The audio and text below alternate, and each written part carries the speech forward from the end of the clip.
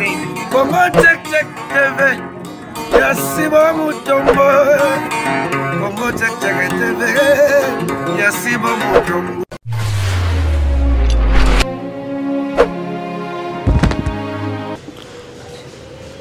Salut naba fidèle nyonso ya Congo Check Check TV avec Darling Love la kanona bambote partout place besoin mi la kanona bino yeyo mwana muluba mwana musana bino na profiter encore na pesa mbote na mon boss le big boss hein papa Sibou Mutombo depuis Allemagne bote na yo dadi toujours Darling Love na émission na hier rendez-vous des stars les lots vraiment na baby no star mais ezakaka toujours na émission vous avez droit de savoir pour vos arana droit ya koyeba j'espère bon monaki ba image jo elekaki yande konambiso Sam Kazadi vraiment ba fan ya Sam Kazadi ba benga kebele Germaine Zara na France Marie Kabala depuis États-Unis botonaki Darling ezanini lelo vraiment nazana yemoko Sam Kazadi vraiment a expliqué biso problème nini elekaki pour toyebite to comprendre ki te to moni bala moko Sam Kazadi na Molière TV mais titi masoko ki ko fongola balandinyo so ya Congo Check Check TV ba mona invité nanga o nazana ye lelo naza vraiment na résidence naye et pas il y a Sam Kazadi. Bonsoir Sam Kazadi. Bonsoir Dalov, bonsoir bah fanatique tout il y a site Nabino donc comment on dit Congo Check Check. Congo Check Check donc ndenge oyepe ko checker ngandaku donc merci nayo merci na bana poto tout bah fanatique ya Sam Kazadi oh vraiment naye bakate ki non na ba fanatique belé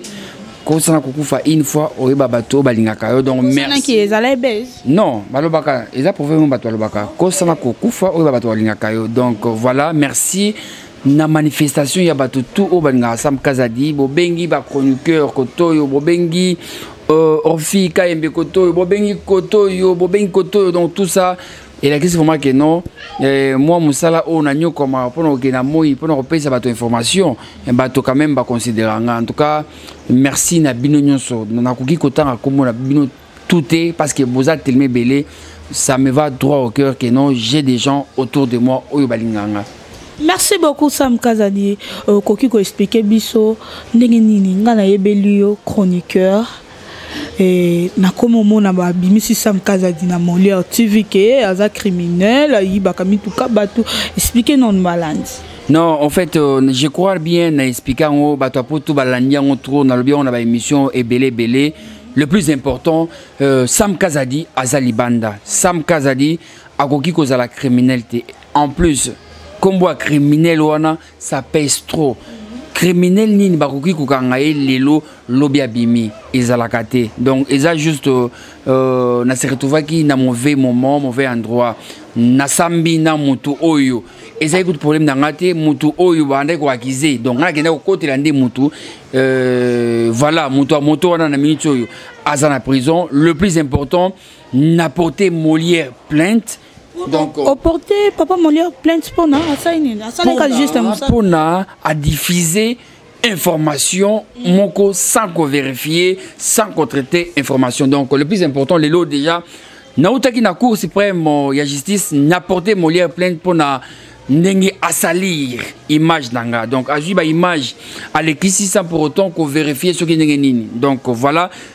le soi-disant criminel oyo yendinga mesana ko tia ba titre.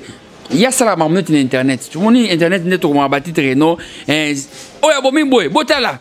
Donc ba titre naïe donc criminel et à comme moitié kaka criminel et puis ngana za concerné l'affaire en autres affaires il y a bande comme sous au bazaki pe ba innocent mais au lieu ba filmer ta bande ko wana tellement bango ba yeba na bango te mais ba so ka Sam Kazadi kaka mandefu nangao kaka suki nangao o moteke ba benda ka suki nanga po na Sam Kazadi. Donc merci na nzambe na étoile o pesanga. Donc ezai kaka étoile il fallait kaka bala kisanga po na Sam Kazadi. Soki lelo nazaki mutu mo boya yebana te to journaliste mo batu balingaka te mbeli balobeli yango te balekisa yango na Sam Kazadi yo moni ba médiatiser yango yango pe aluki kombo mo boye titre mo ya makasi po abebi sa réputation dans po batu e ba hotela Sam Kazadi criminel batala batu ba yebelinga tenengo lobi ke okendaki okenda ne kokote la batu ndenge lobi wana parce que comment ki ba beta yo makila na munoko kote la batu non non non c'est pour dire que même bateau tout ya poto ba yebi que histoire on a lobi en plusieurs fois donc isa histoire na ngate Tu vois, toi, Ozana Bande Konayo, Bobimi, au monde qui nous bakangi quelques personnes, yo qui peut intervenir pour résoudre l'enquête, et l'Obamaka, et Zalakanango. Bah, qu'on retenir quand même pour ça l'enquête. Et l'enquête, bah, ça ne même pas jour. Moi, comme que Sam Kazadi, journaliste et standard, aza innocent, donc, bah, innocent. Donc, voilà, Nalibanda. Et à que non, affaire, Sam Kazadi criminel, moto, ils en a combien? Sam Kazadi, na ogi kosomme la bateau, moto, t'as 5, talanda kunanga, oh. Est-ce que moto a pas, donc, et l'eau a pas, oh. Et que son bata des motos, donc, voilà. Et puis, la dame, oh, bah, kanga kinganaye, ils a la dame, wana, aye ko tonga ba hôpital awa mwana poto wana to mwana poto aza belge d'origine congolaise azo tonga ba hôpital moto donc au moins que histoire wana ko kaina ngate Sam Kazadi affaire à moto ngande yo so ki ba betinga loba ke na ki pa musicien mo bona ki osala musala nanga ona sala ka ya okina micro aboyi na filmer ngana filmer atine ba mettre ba betanga wana bondima mais oya boyi non Kobeta ou babeta qui c'est juste que non place tout ça qui on a ba moto bazaki belé ce qui na sala qui 10 minutes place au moment babeta inga n'engana kufa parce que bato moto na ba qui histoire té Sam Kazadi tema zobima pour akende place oyo bakoki ko garder bien dans la police na pe crime kobimaka kando moni bato susu ba fojo ba foboga ba vilain bazo tiringa na mandefo ba jaloux abetaka abebise elongiango mais elongiango ebebité donc voilà Sam Kazadi nabino o ba betaki na plus de 20 personnes oyo ba menasaki naza vivant le plus important nga naza vraiment la justice na Molière TV en plus de cela era lekisi émission na samedi dimanche nabimi lundi la première des choses olena kende ko salisa ba examen général naki kosalisa ba examen te naki mbala moko na Molière TV na sali droit de réponse on me demande $200 pour na ko sala droit de réponse non na sali droit de réponse et les mais pour les gars non monisam il faut $200 bino bo bebisi réputation nanga bo bebisi ba bebisité pour bato balinganga ba biki sama ibakate bo meki ko bebisa crédibilité nanga image nanga honneur nanga et innocent na la kisibino mikanda ya haute cour suprême ya justice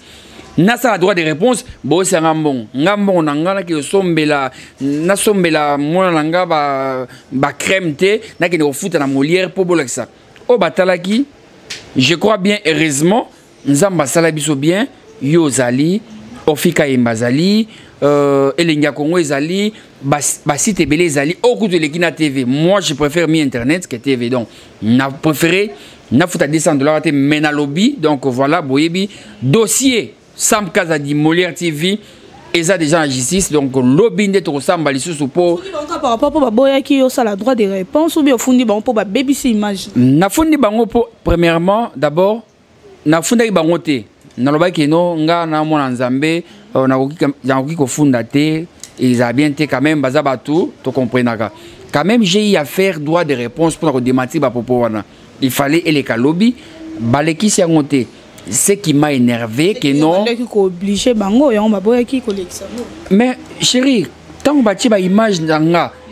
muto apese ki pour Alexandre obligé ki bango est-ce que muto apese ki pour ba bebisanga dignité nanga honneur nanga crédibilité nanga apese ba bon mais nga siko na bimi libanda na sali droit de réponse bo lekisa ngana ki futa bon pour ba que non et les gars te pour réputation tu vois donc en tout cas je crois bien na émission na yonde bato bayibi que non Sam Kazadi na Molière TV et puis et la kisi pe que non makambo ala kisaka ndengi ba kisaka batu et ça nango lukuta parce que un criminel bakangiye asala jour mo kabimi et puis nga nazaki pe na prison te nazaki na bureau place mo ya bien merci na ba ministère congolais nyonso oyo ba intervenir na likambo oyo merci na général Kasongo oyo pe atali azui ba appel ya ba musicien ebele na ba musicien o ba yo kanakate ba bengi o de sa part avocat ya basimisaki tous jusque là na ebité muto asali o a monter kuwana oyo azo sala faire wana mais nzambe na biso tant bato a mokili tant bato a molili ba olinga basalo mabe tout ça me la rappelé mon père il est pasteur Ngapé na batu mon pe na idakape na kabela kape batu na kabela mbongo tango basenga merci nzambe ah ça m'a pesi nga $1 oh et swinga na lie nzambe pa mula est ce que ba prière batu to wana tango yo ozokana nga osala mabe alors yo ozokana o kana nga otira na libulu nzambe pe otala oh moto yo a épargner nga parce que na affaire oyo moto so asi akufi parce que nina bimaki yo na ndenge bo monenga ba zokanga na ezaki une façon pe basala ki bongo colonel alabaki parce que ça là est bon côté parce que bato moto ba comme ba vitre la commissariat wana place wana to kosa 20 minutes na ngana kufa to linga to kufa boye pamba kaka alors il fallait akanga bongo poto kende alongola biso place wana et place to kendaki voilà moto ata moto mo akotaki te nde to koti la dame alakisi mikanda na ye aza belge aye pour kotonga école alakisi bato to bandimi donc voilà donc Sam Kazadi naza libanda naza libre bato balingaki ne ba nuire nga ba sa réputation et aussi mbaté puis moto soi-disant moto wana na minute yo à la prison Makala ngana libanda ye à la prison Makala. Merci beaucoup à la prison Makala c'est Gezaki Kumoko vraiment balingaki ba salir kaka Sam Kazadi vraiment bandeko na biso hein to saka musala bien tant likambo bimi to pe saka image bien ezo sa mabe makasi ezo sa la soni to sa la fière musala na bisote vraiment merci beaucoup tozo chité déjà Sam Kazadi ozo ebisa nini na ba fan na yo babande ko mitungisama parce que tozo kabwana déjà. En tout cas, Yesukutu mwana nzambe elobi Rebecca Mputu Yesukutu mutu ayena mokili po asunganga na yo mutu aya vraiment pour bisoto zala bien bandima été babamba mabanga babete et bonga mutu pa maman oboye un Sam Kazadi que je suis donc tu vois donc ezama kama mokili dans la vie il faut s'attendre à tout mais et ça m'a fait mal kakapo eza moni dignité réputation crédibilité basomba ngote yango na senga droit de réponse wana le quoi le kisa ngote na TV na ye atala marape makasi soute pour bato yebi kino ba mobile alexa ezalokuta au travers émission na yo émission ya Ofika yeme ba émission tour na leki bato apoto va comprendre que non d'ailleurs tout tango bato bazo sala ba analyse msusu oh moni Sam Kazadi boy na ba balinga ngate quand même ba koti affaire ngo et ça linga bien na ba commentaire moi que noté Sam Kazadi donc Sam Kazadi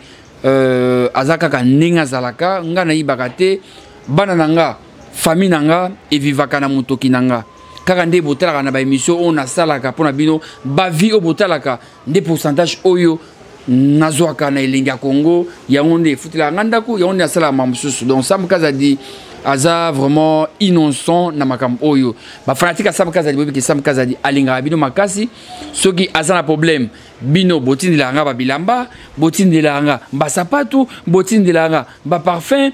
chaque semaine bo pesa nga ba code alors na convier sousuni nga mutu naza bien boy donc voilà eza ba campagne mabe bo salamino tranquille Sam Kazadi je suis dehors. Merci beaucoup Bambote Mbote na l'honorable moi Miradiabu nga ki nanango boye na pesi mbote na Nicole Zaina Mvoma la force tranquille na pesi mbote na BM Bernadette Masengo pe na pesi mbote na bana ya Werason pas président te nazola pas Werason te mais nga na benga ki Werason te mais bana na ye ba benga ki ah papa bakangi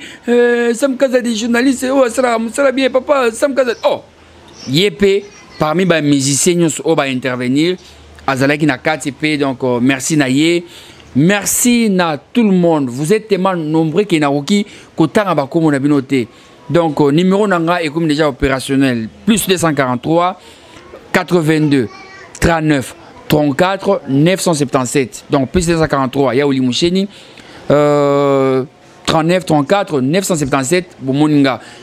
Na téléphone moto na pesa ki ba téléphone ba mikanda tout ça amelinga téléphone donc la police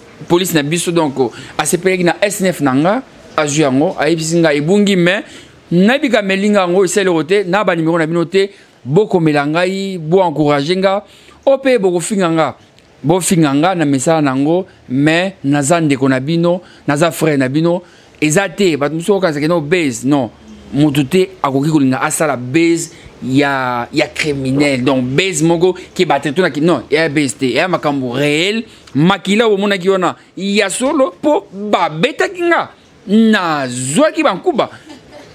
heureusement na mobali soki nazalaki mobali mwasi parce que na internet pe tout ça na mibali basi au moins ka mobali ma mwasi soka donc au moment que no elonge vimbi et déformé mais sam kaza na bino na leçon na telema mo ki na otambola tout ça mais le quoi molière makam na bango dossier na bango ezaki lelo lobino ke des scanners nous autres mobimba et puis voilà donc merci na yo ndengwe na ndako merci na ba téléspectateurs nyonso donc bon continuer ko s'abonner na site oyo obolinganga bon continuer ko linganga ponga na ko disiva binote ngai oyo na défendaka ba musiciens congolais sans exception boye biango ba musiciens nyonso